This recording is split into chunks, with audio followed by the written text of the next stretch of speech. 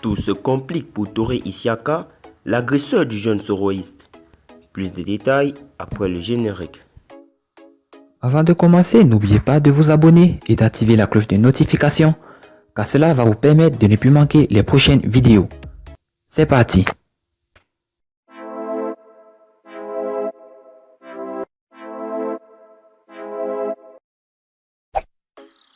Touré Isiaka aux mains de la justice française. Soumaoro Ibrahim, dit Ibra, a été violemment agressé mercredi 26 février 2020 après son altercation avec le ministre Adjoumani. Touré Isiaka qui lui a porté le coup presque mortel, un grave danger en France. Touré Isiaka aux mains de la justice française. Samedi 22 février 2020, le ministre ivoirien de l'Agriculture et du Développement rural, Kobenan Kouassi Adjoumani, est interloqué en plein salon de l'agriculture à Paris par un jeune activiste proche de Guillaume Soro. Mercredi, dans une vidéo publiée sur les réseaux sociaux, Touré Isiaka se vantait d'avoir lavé l'affront fait au ministre en donnant une sévère correction aux jeunes soroïstes. Le défenseur du ministre Adjoumani est allé jusqu'à déclarer qu'il assume pleinement son acte, quelles qu'en soient les conséquences. Ces conséquences ne tarderont d'ailleurs pas à poindre à l'horizon, d'autant plus que les sources concordantes indiquent que l'agresseur a passé sa première nuit au commissariat du 15e arrondissement de Paris.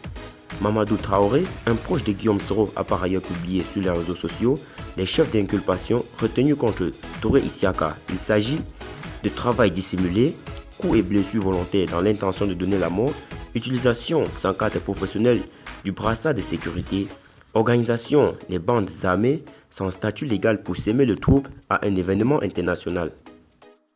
Avec un dossier comme ça, je ne sais pas comment il va s'en sortir, déclare le proche collaborateur de l'ancien président de l'Assemblée nationale, avant de conseiller, quand on t'envoie, il faut savoir t'envoyer.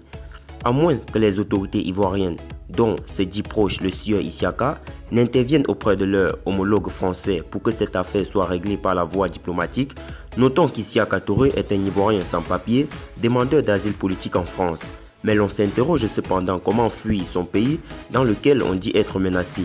Demander la protection d'un État étranger et se mettre en même temps au service des officiels de son pays d'origine en tant qu'homme de main.